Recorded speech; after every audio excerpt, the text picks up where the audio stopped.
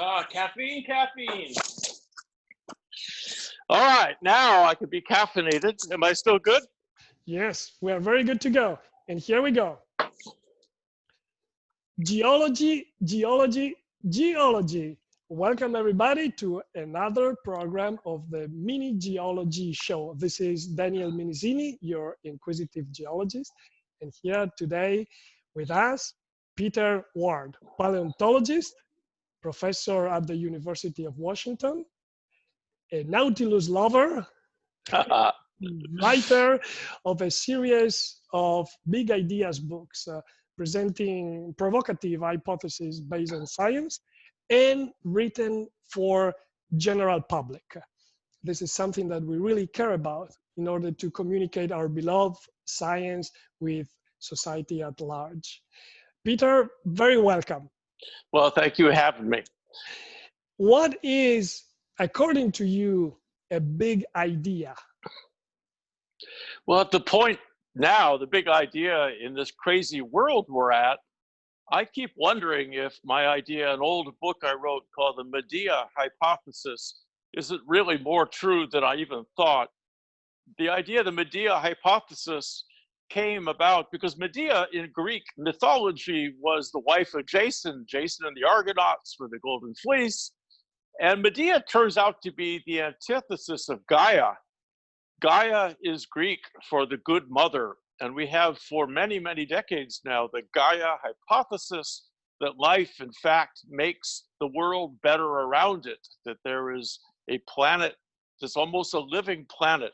And as life moves on, it makes its habitat better. And as I studied the past mass extinctions, when we used to think that all of them were caused by the asteroids from space, and of course, in Italy, at Gubbio, in that beautiful place in the Apennines, that's where Alvarez and crew first discovered that we were hit by an asteroid 65 million years ago.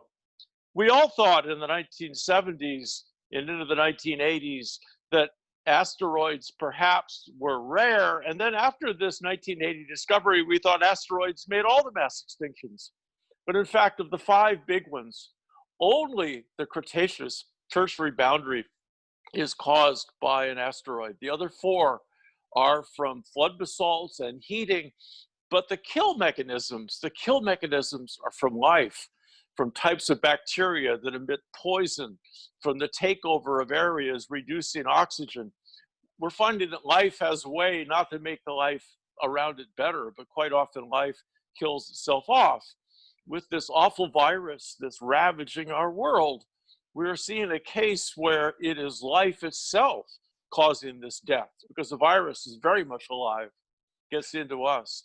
And so we're seeing, it's Peter, very strange. I'm very interested in how you come up with this big idea. So you were describing one of your several big ideas, and let me call them big ideas, quote unquote, because that is what is written on the cover of the books that you write, on the descriptions of your profession in Wikipedia, and how people, they see you, like somebody that puts a seed that is already considered as something that is bringing a big idea. So I would really like you to help us understand how you decide that in your mind you have a big idea. Is really like in the mythological Athens, that coming out of his father's head? How does it happen to you to have such an idea that you said, yeah, this is something so important, I'm gonna put it out in clear terms so that everybody can understand, even laymen, even people not involved in science? Well, first of all, I'm the last person who had ever written on one of my books is a big idea. That, of course, always comes from the editors and the people trying to sell it. We're both scientists. We know none of us go about thinking, aha, here's a big idea. No, the mindset is we are taught to doubt everything.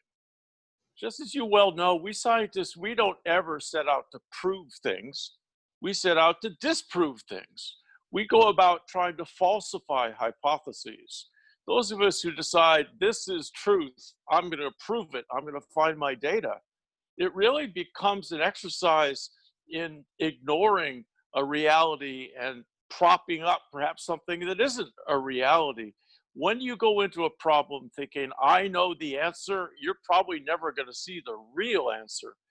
So when I started asking questions, it becomes asking questions of almost everything. And sometimes it's really hard. I mean, you have something that seems so sure and so real, and yet we as trained scientists doubt it. We doubt, we doubt, we doubt. It's kind of an awful way to go through life.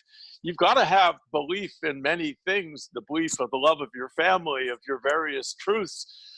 But this scientist mindset of doubting things is so drummed into us from an early time, at least in my training as a young scientist. It was always, do you really think that's correct? Do you really believe that? Where's the evidence that that is correct? And what is a possible other alternative? And so really that's the way that I approach it, is with this doubting sense. And again, there's a negativity to that. You can fall into the sense of doubt, again, doubting everything. That's a terrible way to live. So it has to be a balance. You have to work it out. Why do you make this effort of spreading out and reaching out with your doubt? This that the editors, they call the big ideas. You could just involve your community, the community around you, the specialists. Instead, you learn how to communicate with society at large. Why do you make this effort to talk with society at large? What is your goal? Well, there's several. I'm trying to give back, number one. I was brought up in a community. I was lucky enough to be brought up in a community where there were many, many Jewish families. And I was the only goy in the neighborhood. And the Jewish people in my neighborhood in Seattle, Washington, so revered science and knowledge and understanding. And they would take me to the synagogue, and every week some new speaker would come. So here's this Catholic boy sitting there listening to these tremendous speakers. We never had speakers at my Catholic church. We would go to mass, and my mother would give money we didn't have. But I was introduced to this world of ideas through the synagogues, which I loved so much.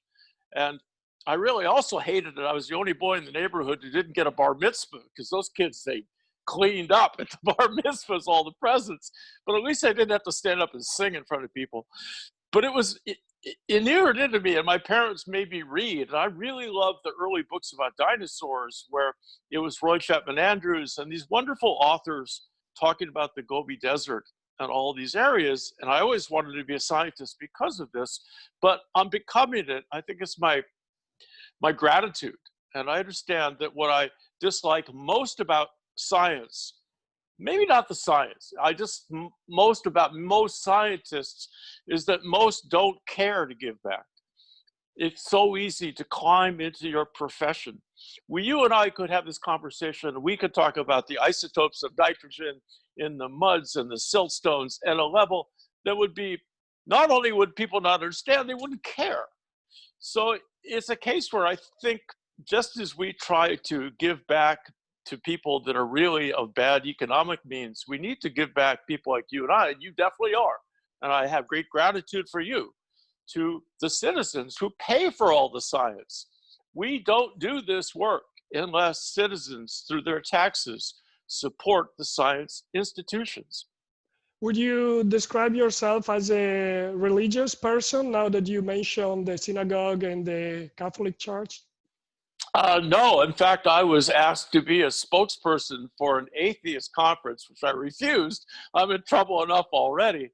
I have a great doubt that there are old men or old women or creatures in the sky directing human affairs. Let's just say, I think we're born, we live, we should do the best we can.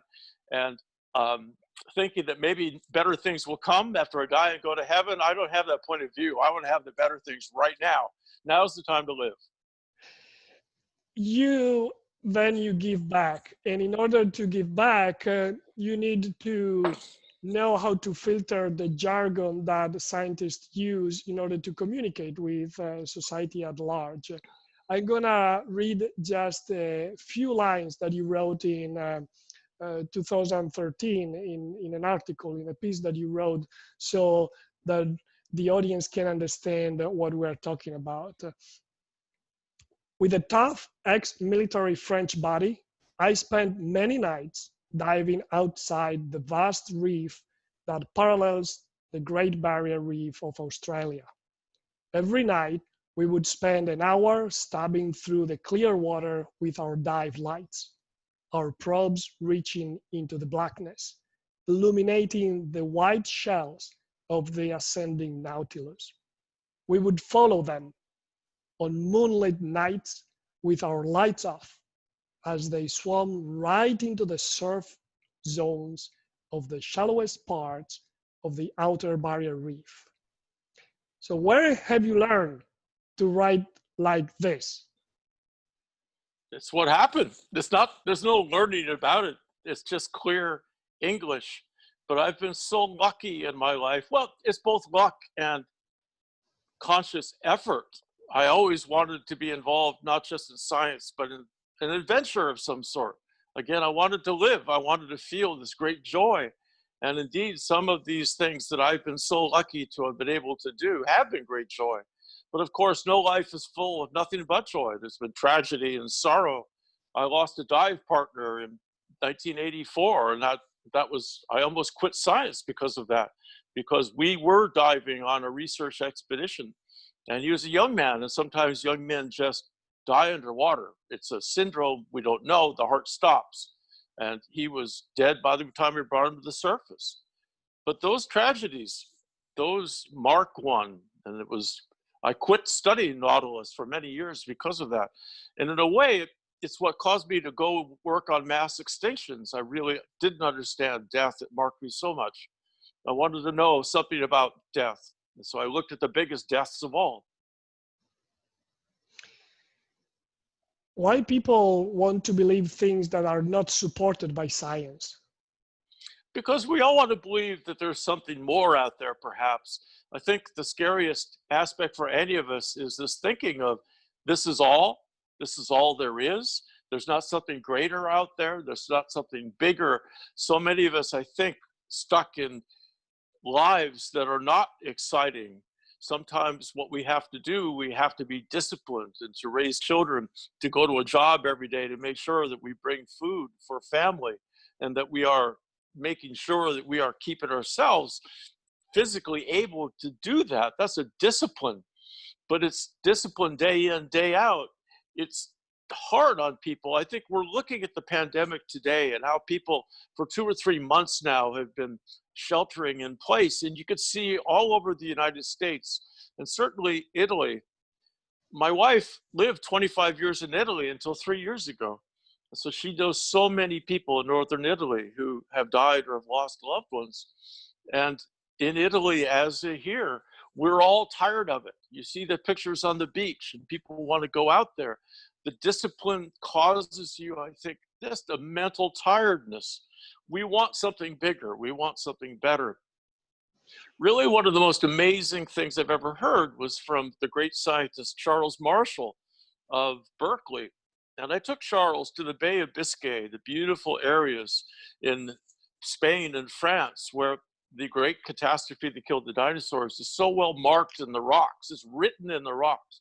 The rocks so are affected. Life is so affected. Even the color of the rocks changes. And we had many, many days working. But as you know, when you're on these expeditions, weeks, you're living in a small room with another man. You talk a lot. And we go eat and have the beautiful European tradition of eating and then walking afterwards. And he talked to me about Christianity, which I never thought of. He said, Peter, you have 2 sons. Imagine one of them were to suddenly die as a young boy. How would you feel? Well, any parent, that's the greatest nightmare, isn't it? Far worse than the thought of my dying is the thought of my child dying. The pain of that. And in fact, my next door neighbor, his boy was killed in a car accident. He was walking on the side of the road and was killed. And I had to try to comfort him afterwards. There's no comforting. And so going back, my friend Charles said, let's imagine now that you're in the Middle Ages and the Black Plague is there, and you have 5 kids. and 4 die of the plague. And that's pretty much what happened during the plague years, wasn't it? And that's why today this is so hard to have what's happening. He said, how would you survive 4 of your 5 kids? And I said, I can't imagine. But you'd have to. You had 1 kid left, so you couldn't kill yourself. You had to keep going. The only comfort was the Christians saying, but they've gone to a better place. They've gone to a better place. They're somewhere, they're happy, they're out of pain, that horrible death is over. Christianity boomed during these awful times because it was a gift to think I could reduce my pain in that way. So I was in that, doing this math death study and then thinking about the pandemics of the past and understanding we do try to find and look for something bigger than ourselves. It's natural. Yeah. Peter, I would like to walk us through your 2 bridges that you built. One moving from being a specialist to a generalist, and the other one from being a generalist science to a popular writer. So you are specializing in Cretaceous tertiary extinction events, but your ideas, they are global. They're general, they're multidisciplinary. How, in your case, do you move from being a specialist to be a generalist? I think I was always a generalist, but in science, as you know, you have to start somewhere. So I'd like to think of science now as I'm born, I'm trained, whatever is stuck in me that makes me want to be a scientist, and that's the unknown. I don't know, I'd love to talk to you later how you became a scientist, but how I became was somehow I always knew it. I was born into it, and it's what I always wanted to do. So somewhere a seed is put in the ground and a little shoot comes up. And as a working scientist, that little shoot is the first scientific project you do. And sometimes some people, that little shoot, as time goes on, it gets thicker and thicker and thicker, but it's something like an asparagus. Well, how does someone say asparagus in Italian? It's just it's a single stick, right? And that's their whole career. It's like a giant redwood tree. There's no branches. It's just that one big stick. But most careers grow and they branch. And quite often the branching stops the other one. I mean, what I first did, I don't do anymore, but that branched off and that branched off and that branched, and it becomes a bigger and bigger tree. And that tree is really variable in how many branches there are, how long they live, and whether or not you start dropping seeds that you're your grad students and they start growing trees. And how far from your tree do those seeds fall before they grow? And I've had people, my second most cited article now is about bacteria in the high atmosphere, almost in space, that fall back to Earth. And this was done by a great grad student of mine who now works for NASA. I've never worked on that for since. He came to me and he said, I really want to see what's in the higher space. And what's interesting about it, high mountain lakes are rich in life, but no one has been able to figure out, if you're above the tree line and you're in this high mountain lake, where does the phosphate and nitrate, where does the fertilizer come that can allow growth in there and allow fish to live? And it turns out bacteria are falling out of space all the time and fertilizing the high mountain lakes. Who knew? So this kid was able to hitch a ride with a scientist on a U-2 spy plane, and they had little cups and went way up high, and they sampled the atmosphere and brought it back, cultured the bacteria. Found this unbelievable aerial plankton is so thick up there, and it is what falls down.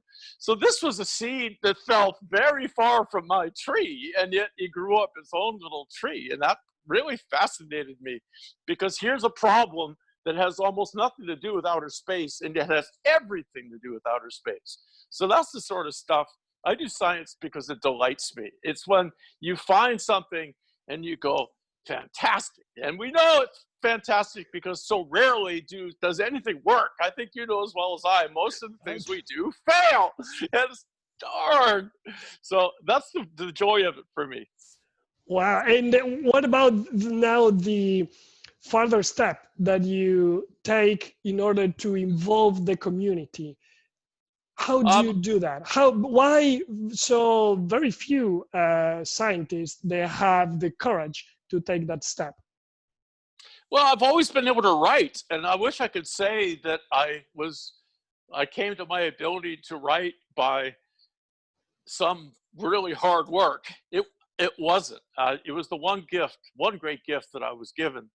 Well, the brain was a good gift too, but for some reason I could always write in a way that was clear, and I was able to speak in a way that's clear. I've noticed though, as I've gotten very old, and I'm getting really old, is that my sentences are getting more and more like a fuddy-duddy.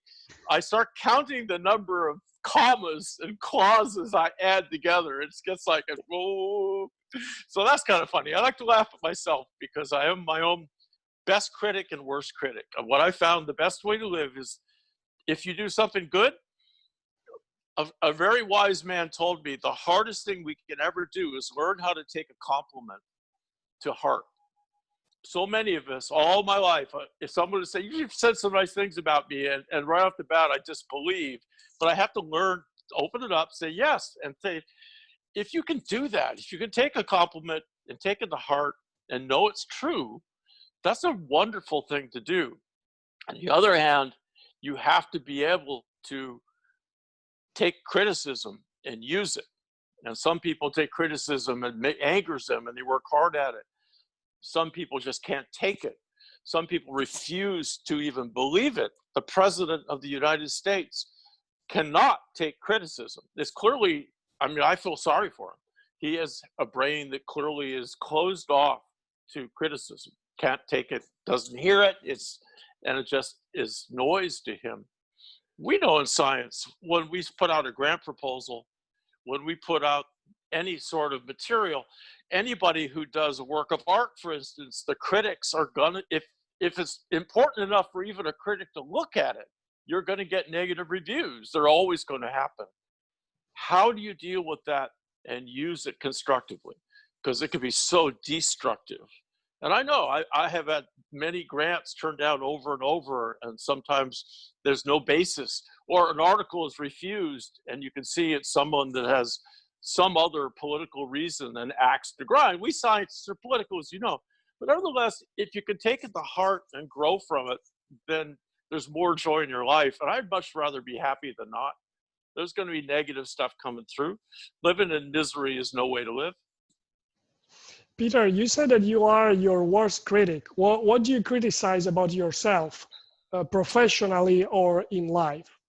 I criticize my puffed up self-importance too often, and thinking that I am more important, or this piece of work was better, or my ego gets in the way, or so I have to step back and really look at it. And lately I've been looking, interestingly enough, I'm so disorganized, it's crazy, but I have 2 or 3 computers that still have thousands of files on them that I've written long ago. Or if you could see the number of Excel files of data I have, I never need to do another bit of original science. I'm an archaeologist of my own self.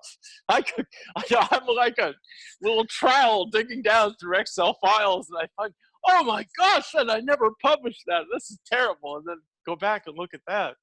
So I need to live to 200 to get done all the stuff I need to do. You probably do. I've got too much left of these beautiful data. And what, again, the guilt is so much was funded by the American public. And when I don't finish things, it makes me really angry. Peter, do you think that this couple of topics that you criticize about yourself, being guilty, and above all, the growth of the ego, are in a sense related to your Catholic education? I wonder about that. And I also wonder about the role of ego in any sort of work. I mean, ego, the word already has a negative connotation in a way, just egotistical. We don't have a word that I know of for small ego. It's a tiny ego. There's no English word saying, "Oh, that's a good thing." But maybe pride. Maybe pride. Pride. But it's a case of, in this particular case, you have to have a sense of self-worth and understanding that you're doing the right thing. and that there's a use for it and an importance for it, or why do it? And in a case, you might say that, for instance, a writer writes a book. They have to have enough ego, enough sense that this is important to do, this is worth my time, and it's going to be good. Maybe that's ego, maybe not. It's such a fine balance that, again, I have strong feelings quite often that I need to get this out. The world needs to know that, in fact, we are leading to catastrophe because of climate change. And what I've come back to in my work, if there's been a theme, it has been using the mass extinctions to show they're not good things. And that after we have these global deaths, there are long periods of time when the world is in a terrible place, low diversity, full of poison, full of toxins. I worked in astrobiology for some years. I wrote perhaps my most well-known book is called Rare Earth, Why Complex Life is Rare in the Galaxies. And I'm about to write a follow-up to that 20 years later. But I got into a talk with some of the people at SETI, Search for Extraterrestrial Intelligence. And I had a memorable debate on radio with the great Frank Drake. Drake wrote the Drake equation. Some people have said that there are two iconic equations of the 20th century, E equals mc squared and the Drake equation. The Drake equation is a series of suppositions looking at how common will intelligence be in the galaxy and in the cosmos. And Frank and I were debating, and we had the sense that the mass extinctions, he said, are in fact a good thing, because after a mass extinction, something different comes about. We mammals wouldn't be here had the dinosaurs not gone extinct. I totally believe this, that when you reset, it changes things and different comes out. After this pandemic, the world will be different. Will it be better? I don't know. Will it be different? Absolutely, at least in terms of human behavior, human institutions. I don't think we'll ever be shaking hands again. In Italy, how are we going to go and kiss people on the cheek? And in France, we're not. I mean, these are huge, behaviors. The Italians are the most wonderful, loving, touchy people, as the French are. Now we've got to change. So Frank was saying that mass extinctions are good things. Look at the Permian. After that, we had a whole new world. And I said, after the Permian extinction, there was 5 million years of desert, 5 million years of almost no complex life on this planet.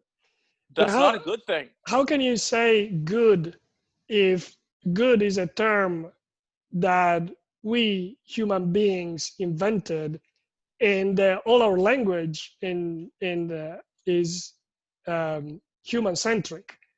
Our worries about the climate and many other topics that you touch on are human-centric.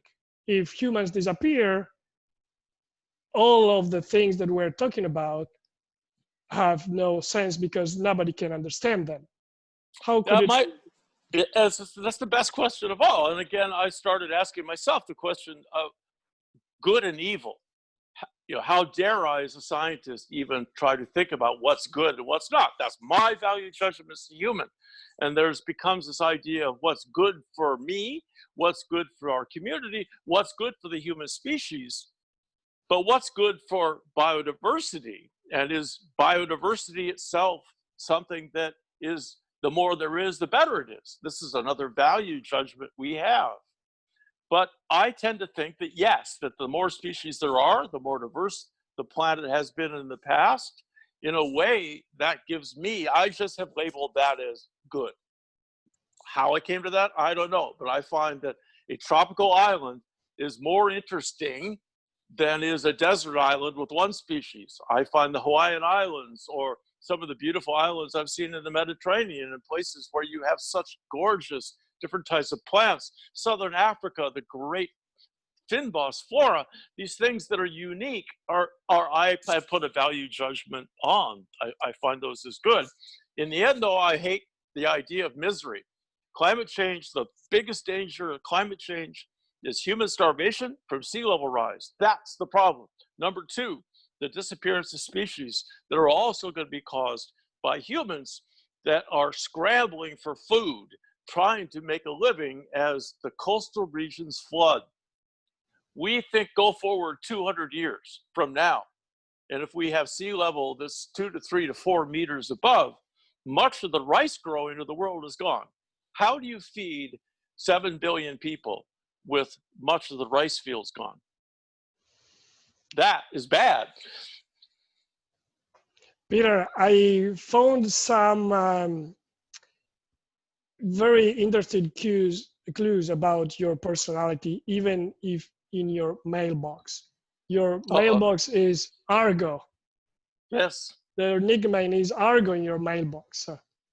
The ship on which you were mentioning before, the Argonaut, Absolutely. sailed to retrieve the golden fleece. Why is that name? Why did you pick it up, Argo? Well, Argo is the name of the ship that Jason used. I love the idea of going out, but even more important, I found out Argo was the name of the man who built the ship. That's my hero, not the ship. The ship is just a vessel, but the man who built the ship. And this is where I don't revere the science discoveries as much as the people who made them, the shipbuilders. That's the interesting story. And I think that's what you in this broadcast are probably trying to do, is, as I understand it, you're trying to get back to the shipbuilders, not the voyages they took, but who built them and why did they build them? Why did Argo build that ship? And how was he able to construct it in such a way? That was such a historic voyage. Of course, it's a legend, but after they steal the fleece, because Jason has murdered various people, they have to go to all the major rivers of the world. That ship takes them. It's a discovery of the entire place, the entire world. Now, Jason was no hero. The reason that Medea, his wife, is part of what I call the Medea hypothesis. He was such a bad husband. She murdered her 2 children. The opposite of Gaia. Medea is the bad mother, a mother who kills her own children. Why? Because of a nasty, awful, monstrous husband. So to me, those are really interesting thoughts and springs. Argo by that time was long dead, but he at least put the vessel out. Then it was up for the scientists, the Argonauts, to do what they did. What would you ask to Argo if you had Argo in front of you and you could interview him? Why did you decide to build a boat? Why aren't you an olive picker? Why aren't you out there making pottery? Why aren't you a politician? What was it that drove you to not just build a boat, but build the greatest vessel of your time?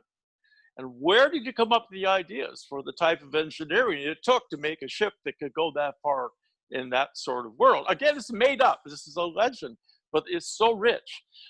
Robert Graves was my favorite author. He wrote the book, Hercules, My Shipmate. You have worked in the Mediterranean. One of my greatest periods of life was living in the Laboratoire Arago, Bagnols-sur-Mer, which is right on the Mediterranean, the Gulf of Lyon. And that part of France, next to Collioure and Perpignan, I love that area. And you could get to those islands floating in the Mediterranean. Robert Graves was almost killed in the First World War. He's a British soldier, but he's also a poet. And he went to settled, I think it was either Sardinia, but one of the great islands out there, and never came back to England, and wrote all these legends of the deep past, steeped in the Mediterranean. They're all about the Mediterranean, which is really the heart of civilization in so many ways. And again, if we start thinking about sea level rise, what is to happen to the great civilizations of the Mediterranean as the sea rises? There's already in the 1930s an idea to build a great dam right across from Gibraltar to Morocco. This has been that for decades, people have understood we need to save this inland sea. How do we do it? And that it is a question for our time. How do we save the great seaports of civilization as sea level rises? Peter, which is the thinker that has had the greatest influence in your life?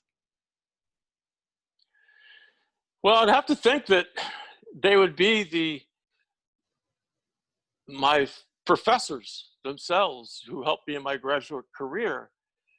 It was their thoughts, but it was also their training of me in a way the philosophers, I was never widely read in philosophies. You know, the greatest downfall of science, and it's gotten worse, is that when you go into science in the university now, it's gotten to the point there's very little time for anything but your science.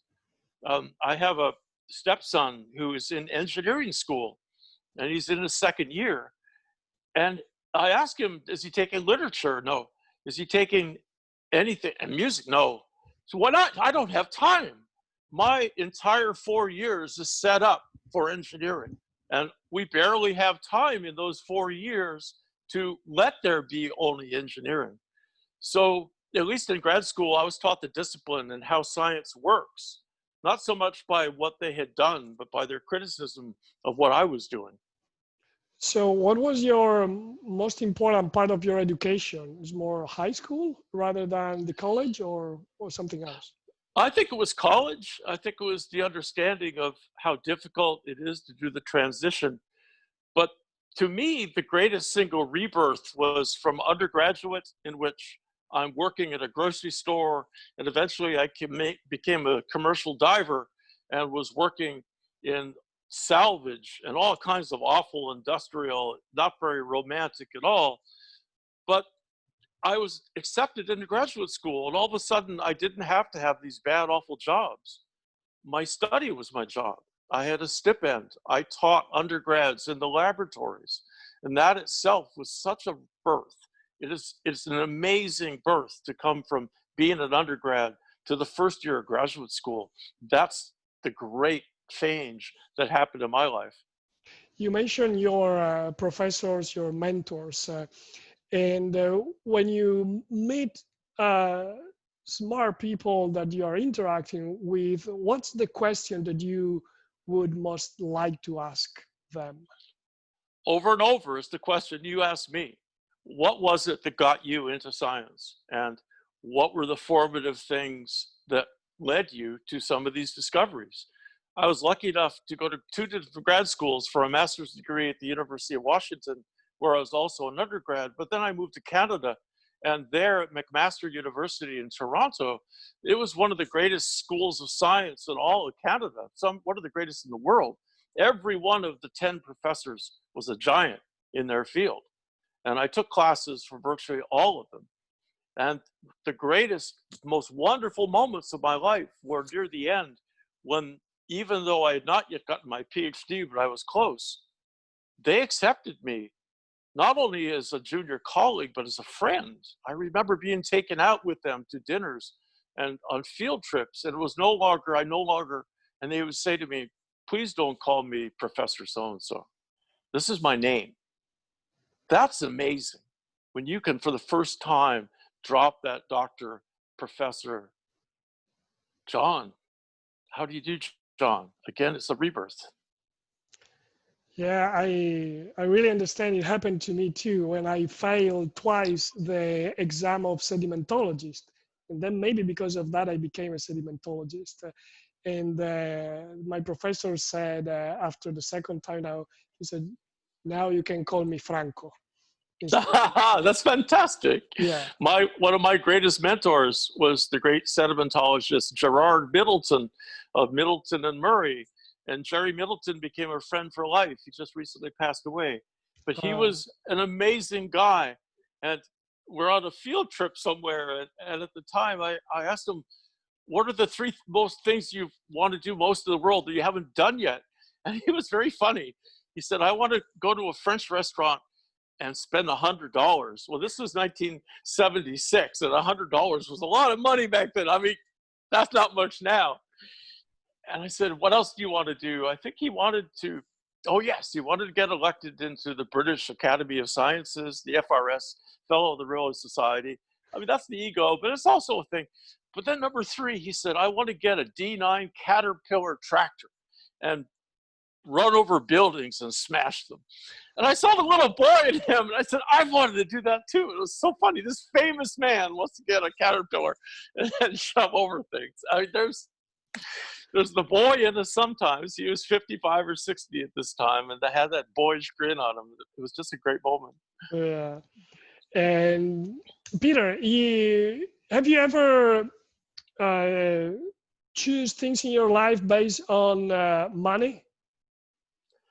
I guess no, no. Again, I've been lucky enough to be employed in universities. I never there's not a lot of money in it, but I felt so rich. I'm doing things that I would do even if I weren't paid for. So no, not that I know of. What is your favorite word? Boy, probably Sam. I'll tell you what, sitting right next to me is my 14-year-old dog. Hey, Sam. This is Sam the dog. And Sam, you say Sam, and dogs are such great creatures. They look up, hey, Sam. Hey, And Sam. right now, he's saying, I had my food. It's time for my nap. I don't know what you're doing talking to this guy. Leave me alone. I want to go back to sleep. There you go. Yeah. Well, I have here a series of very quick questions in order to allow the audience to know you a little bit better just by very short answers, which explain a lot, exactly like you just said about this professor with the 3 pigs that he took. What do you doubt most? I doubt right now that society has the will to reduce carbon emissions to the point that we can stop sea level rise that's catastrophic. I have this great fear and an absolute certainty that we are going to a point where enough ice. I've spent 4 trips to Antarctica. I've seen it down there, and I've seen that ice disappearing. And my greatest fear is the suffering that starvation will bring as we lose food area. What illusion do you suffer from? That I'll live forever. No, I have no sense that I've got too much stuff left to do. I can't die. It's inconvenient. What is your demon? Oh, that's easy. Lemon cake with really rich frosting and really French cooking. Oh, I love all those thick sauces with butter. And I'm getting roly-poly fat. I just love to eat too much. What is your relationship with chance? You said once that luck was my guardian angel. Sorry, what was the question again? The relationship with? With chance, to be fortunate. Chance. Yes, no, I think chance has smiled upon me. However, chance told me early on, never go to a casino. I will not favor you in gambling. I will favor you in everything else. But if you go to a casino, it's over. What are your merits? I was given this brain, and it's nothing I can take credit for. I have to thank my parents. Well, what can you give? What can you take credit for? Perseverance in this desire to try to give back. At least I've written 19 books for the public at a time when I continue to be a scientist, and sometimes that has taken a toll on relationships because people I love that say, you've worked, why have you just gone back to go write that? And it's again this feeling that I have to. What would you never do, no matter the price? I will never again kill a nautilus. I killed so many because when I first started doing this, collecting this beautiful creature, of course, we killed them and kept their shells and put them in museums and did experiments. I had the great chance in 2010 to be asked by the American government to go back out and study them in the wild. And the American government was asked by its citizens, should these animals be protected? And I think the greatest thing that I have done in my life, and will be the greatest thing I've done in my life, in 2017, nautilus was finally accepted by CITES Convention on International Trade in Endangered Species. It was elected into protection CITES, and right after that, the American government was put it on the endangered species list. So the shell trade has been horrendous. Nautilus takes 20 years to reach full size. It then has 10 babies. It lives very deeply, it's very rare, and yet 500,000 of them were killed and their shells sent to America between 2005 and 2010. 500,000 of these. They're functionally extinct in many areas where they've been fished. I was able to go out, use deep water cameras, and demonstrate for the first time how few there are. And this was the data used to protect it. So that's what I'm proudest of. And beyond this, in general terms, what is the legacy that you leave behind? Well, I don't think there will be one. I think that's where the ego goes. I think we're here, we're like fireflies. And I've seen fireflies. I can't remember their names. I just know that they flashed. Any regrets? Oh, there's always regrets. My greatest regret is taking a dive in January or July 27th, 1984, with a young man who would die on the dive. And that dive was set up because we were doing experiments off New Caledonia, and the experiments were held in traps, deep water traps, and some fishermen had been tracking us, and they went out while we were sleeping and stole the traps, and they were pulling another trap, and we went out there and tried to save it. And on that dive, he died. So the regret was even doing that work. This is certainly not a good death, but if you had to choose, which could be a good death? I don't know if there is such a thing as a good death. Really? I mean, our lives have value, and when we die, there's the memories, there's the things, maybe written records, this and that. But again, I think it's good. It's much better to be alive than dead to me. So this is where my greatest fear, again, is for our species and the misery and death that can be happening. The misery and death is going right now in American cities because of the inequality of racial aspects in America is hideous. I mean, it is hideous. Another black man killed by white police. This is hideous. Excuse me. On your mask. Yeah, well, I'm not gonna have a mask talking to you. I've got some beauties though. I'll tell you, I've got all kinds of paisleys, and I want you to look at this beautiful painting behind me. It's by an Italian artist. My wife collects Italian artists, and Who is that? I've got his name. I can't pronounce it. It's contemporaneous. Oh yes, it was done just 5 or 6 years ago. Oh. But to me, it's just a big mess, and this is what life is like. And my job has been to try to make some sort of coherence out of this stuff. I still can't, but one of the jobs I will sooner or later. I'll figure out what it means. I hope. Let me ask you a couple of questions on the near future. How do you foresee the structure of universities? Do you see them still divided in departments?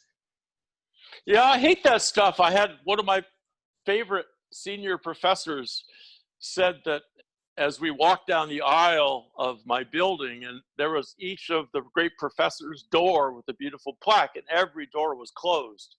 And we're walking along, he said, look at all the Vaticans of the little popes. I said, what? Each of those is a little pope. They sit there with their own church, and they're all closed off. And then even the buildings are all separate.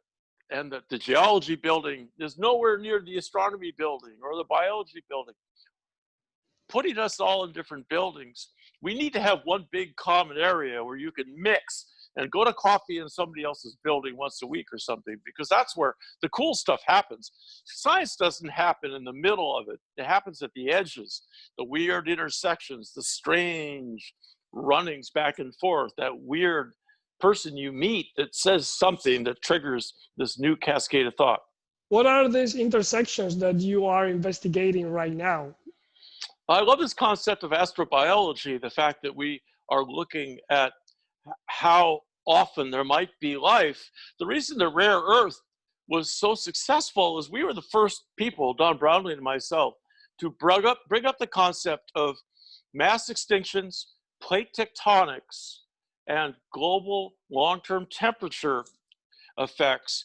Those are so important in the history of Earth and its life, but they will also be important if we are going to find a planet with life. This idea that the press is full of this idea of Earth-like planets. No, we've never yet seen an Earth-like planet. Certainly they may be out there, but an Earth-like planet is going to have complex animals. It's going to have plate tectonics, which regulates temperature. It's going to have systems where phosphorus and nitrogen recycle, because there are not going to be many different ways to make life. You're not going to have life in a solid. You're not going to have life in a gas. You're not going to have silicon life. You have to have chemistry. Life is just really complex chemistry, but you've got to have the chemicals. You've got to have the compounds necessary in a position at a temperature where they can react. There are very few places that we've seen where that could be. And moving from departments to universities, how do you see redefine the role of universities, at least in the Western world, as we understand universities in the Western world? Are they continue to be a place where to give a profession to a citizen that becomes a worker? What is going to be the role of societies, or it's probably more like in the old Greek terms, where you go and you debate about ideas? What's the role of the universities in the near-term future?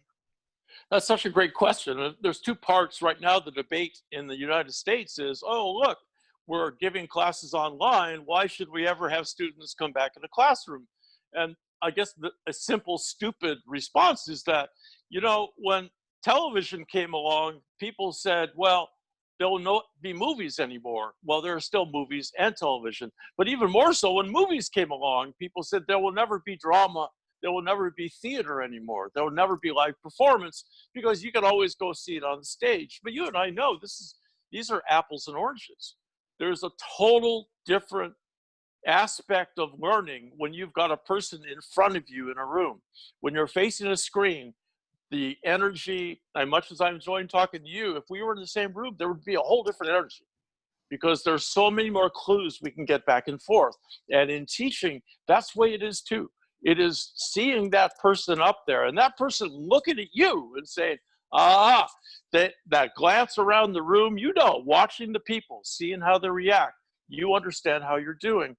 In terms of how the universities work, a larger question, a fascinating hour, would be to compare university systems in France, in Italy, in Japan, and the United States. And especially, I know a bit about the French systems, where in France, there are big research institutions, CNRS, the various labs they set up. These are all government scientists. But the universities were not asked to do research so much. They were teaching. Research was taken out of the French universities and much of it put in centers. In the US, after World War II, research became in the universities. The government labs became a few, but very few compared to how much research is done. It seems to me the system in America has worked beautifully. Maybe it's because we had more money to give.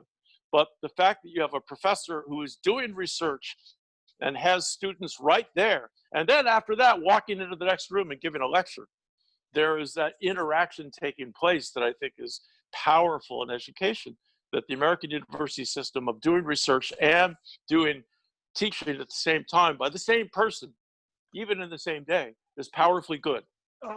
Very interesting. I never thought about this, because I give it for granted that when you say the word professor, is a person that is both teaching and doing research. Well, we have, again, there are many government scientists who do no teaching at all. We have our big nuclear labs. But again, I've had sabbaticals in France, and it's not the case. It's the big research areas, they weren't teaching. So you think this is the optimum for science or for university, for the well-being of the university? The optimum still is to have a person that both teaches to students and does his or her own research. Yes, and there needs to be a tripod. The third leg needs to be giving back to the public and doing what you and I are doing right now. And I've advocated this.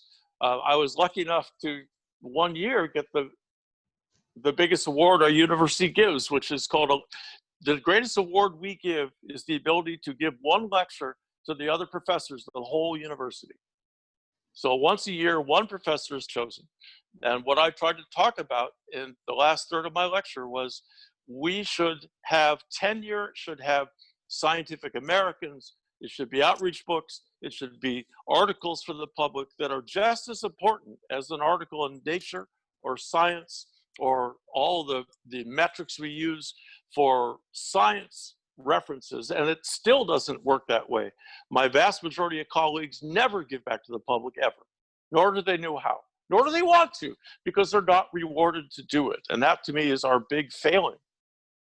How do we change this? Where do you start to change this? You get young professors like you who are doing things like you're doing. It's just people who are taking the trouble to go and try to do it. But the thing is, with social media now, it's so much different than when I was coming up. There was no Twitter, there was no TED, there was none of that. But what there was more of was science on TV. We had the PBS stations, the Discovery Channel started out doing all science. We've gotten away from that. Unfortunately, television is a great medium for disseminating science. And we've also split up so much now that it's difficult to find content. I don't know the solutions to these, but I do know that we all have to give back because the adventure of science is so easily transmitted to other people because it is exciting. Those aha moments, you get those across and it's like a wake up. Thank you, Peter. You have now, the mic is open. You can talk directly with the audience, viewers and listeners. If you want to wrap up or say something that you couldn't say, you haven't said yet, or emphasize something that you have already said. I'm just happy that people would take the time to listen to two scientists just talking back and forth. And I really hope you and I stay in touch. I've really enjoyed your content. And I love that smile of yours. I think that's a great thing to see a scientist, young, handsome man smiling. People gravitate to that. And I'm congratulating you on this great show. Thank you. Thank you so much, Peter.